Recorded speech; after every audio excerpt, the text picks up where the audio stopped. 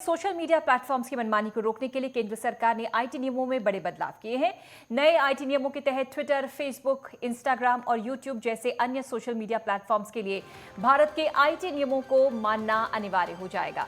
इन सभी social media platforms की जवाबदेही तय की गई है। नए आईटी नियम तत्काल प्रभाव से लागू हो गए हैं। नए आईटी नियमों के नोटिफिकेशन के मुताबिक 90 दिनों में शिकायत अपीलीय पैनल बनेगा। प्रस्तावित बदलावों के मुताबिक संवेदनशील कंटेंट्स पर 24 घंटे में एक्शन लेना होगा। नए आईटी नियमों के नोटिफिकेशन के अनुसार कंपनियों को अपनी वेबसाइट, मोबाइल एप्लीकेशंस या दोनों पर सर्विस नियमों और प्राइवेसी नीति से जुड़ी जानकारी को उपलब्ध कराना होगा।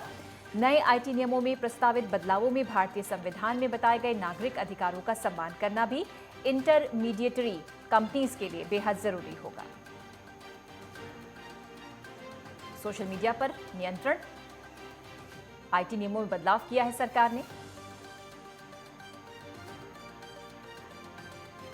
अब शिकायतों पर संज्ञान लेना जरूरी है।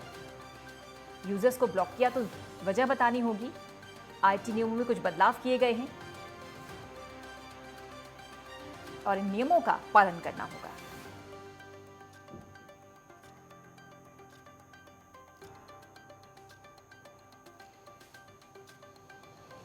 आपत्तिजनक धार्मिक सामग्री पर भी रोक रहेगी। शिकायतकर्ता को 15 दिन में समाधान देना होगा।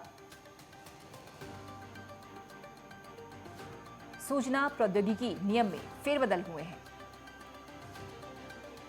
अश्लील सामग्री, ट्रेडमार्क उल्लंघन, फेक जानकारी पर अब रोक। आपत्तिजनक धार्मिक सामग्री पर भी रोक। 15 दिन में देना होगा शिकायतकर्ता को समाधान। 3 महीने के अंदर सूचना प्रौद्योगिकी नियम में फेरबदल।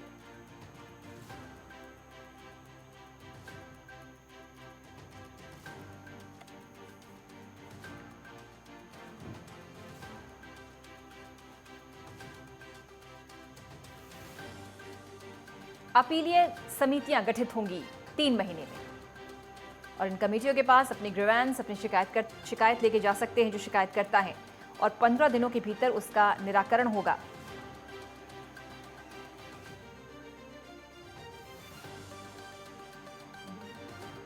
इसके अलावा जो तमाम कंटेंट्स हैं, देश विरोधी, समाज विरोधी गतिविधियां,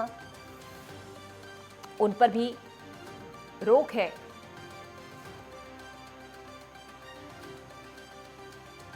और अगर इस रोक का उल्लंघन होता है,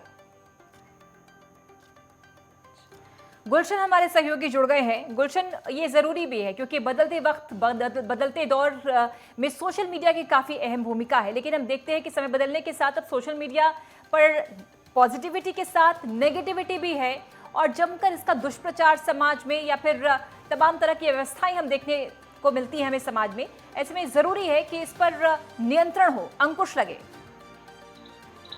जी बिल्कुल, देखिए आज वर्ल्ड वाइड एक पूरे विश्व की अगर हम बात करें तो एक मुद्दा छिड़ा हुआ है कि सोशल मीडिया एडवांटेज और डिसएडवांटेज, इसके बीच में बहस में छिड़ी है। कुछ लोगों का मानना है कि सोशल मीडिया को आज़ादी मिलनी चाहिए, लेकिन आज़ादी के साथ साथ नियंत्रण होना चाहिए, इसमें कोई दो राय नहीं है।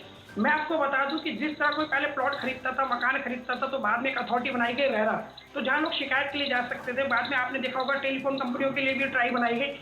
ऐसे ही जो आईटी सेल है या जो सोशल मीडिया प्लेटफॉर्म है, इनके लिए भी नियंत्रण के लिए साल 2021 में जो कानून थे उनमें बदलाव करके साल 2022 में कुछ सख्तियां की जाएगी। मैं आपको बता दूं जो भारतीय कानून है वो आर्टिकल 14, 15, 16 की अगर हम बात करें तो समानता का अधिकार देता है। तो कहीं ना कहीं आईटी सेल और जो जिस तरह की सोशल मीडिया प्लेटफॉर्म है, अगर हम इनकी बात करें तो समानता होनी चाहिए। साथ में अश्लील सामग्री जो है उसको हटाने की जिम्मेदारी सोशल मीडिया प्लेटफॉर्म की होनी चाहिए और जो शिकायतें मिल रही हैं उनका निपटारा ईमानदारी के साथ सोशल मीडिया प्लेटफॉर्म को करना चाहिए, क्योंकि अक्सर इनके खिलाफ कोई बड़ा कदम नहीं उठ पाता है और निश्चित रूप से जो उपभोक्ता होता है वो कहीं ना कहीं इस बात के इंतजार में रहता है कि उसे भी न्याय मिलेगा। जी गुलशन, अब ये बताइए कि नियंत्रण और अंकुश के लिए बहुत जरूरी है ऐसे कुछ प्रावधान हो कि लोग अगर इसका दुरुपयोग करते हैं, सोशल मीडिया पर बुराई फैलाते हैं या फिर असामाजिक चीजें डालने की कोशिश करते हैं, तो कुछ ऐसे प्रावधान कड़े होने चाहिए ताकि ऐसे मामलों की पुनरावृत्ति ना हो।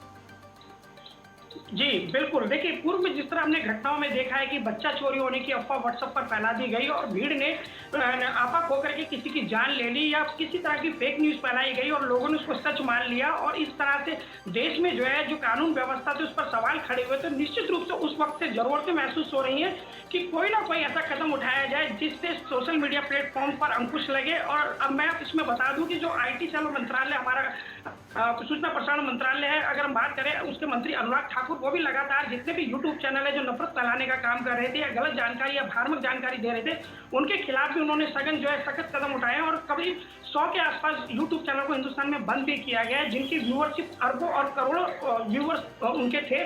तो ऐसे में हम अंदाजा लगा सकते हैं कि अगर एक फेक न्यूज़ फैलती है और उसके करोड़ों व्यूअर्स हैं, तो वो कितनी घातक हो सकती है देश के लिए। देश के प्रधानमंत्री नरेंद्र मोदी की अगर हम बात करें, तो 2 दिन पहले ही उन्होंने कहा था कि छोटी सी एक फेक न्यूज़ भी एक बड़ा हंगामा देश में खड़ा कर सकती है। लिहाजा किसी भी फेक खबर को छोटा या बड़ा नहीं समझा जाए, उसके फैलने के बाद ही पता लगता है कि वो कितना असर लाती है।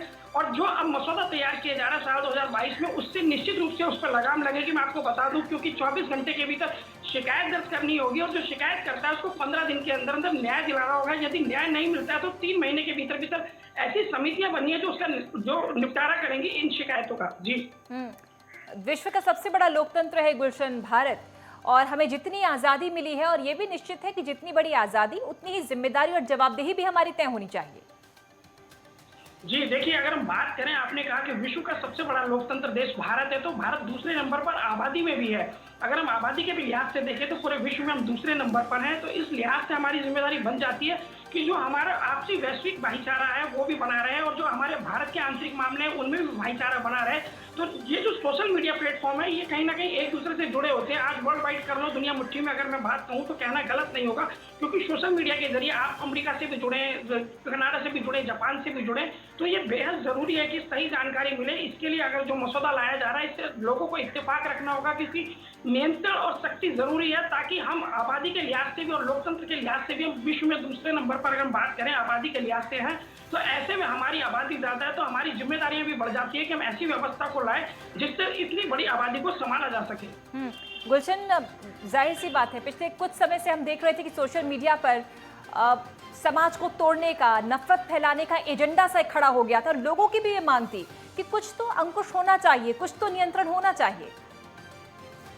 देखिए, इसका एक बहुत बड़ा मैं आपको एग्जांपल देने जाता हूँ कि जब चुनाव आते हैं तो आपने देखा होगा कुछ फेक न्यूज़ इस तरह की आने जाने लगती हैं, जिसको लोग बिना समझे और बिना सोचे विचारे आगे फॉरवर्ड कर देते हैं। होता क्या है, देखिए, कि अब हर व्यक्ति को तो उतनी जानकारी नहीं होती है, उस मामले का पूरा संज्ञान में नहीं होता या पूरी उसके वास्तविकता उसको पता नहीं होती। वो करता क्या है कि वो आधे अधूरे सच को पढ़ता है और आधे अधूरे सच को आगे फॉरवर्ड कर देता है, और वो फॉरवर्ड होते होते शाम होते होते वो मैसेज जो है लाखों लोगों तक पहुंच जाता है और एक धारणा बन जाती है, जिससे सरकार के प्रति या कोई कानून व्यवस्था या कोई सुरक्षा व्यवस्था, उसके प्रति भी नेगेटिविटी पैदा होती है, आपसी द्वेष भी पैदा होता है। तो ये बिल्कुल एक बहुत बड़ा कदम है कि साल 2022 का जो मसौदा है वो निश्चित रूप से लगाम लगाने वाला है और ये लगनी भी चाहिए। जी, शुक्रिया आपका गुलशन सैफी, इस खबर पर जानकारी देने के लिए। सोशल मीडिया पर अंकुश, नियंत्रण करना बेहद जरूरी और सरकार इस ओर लगातार कदम उठा रही है।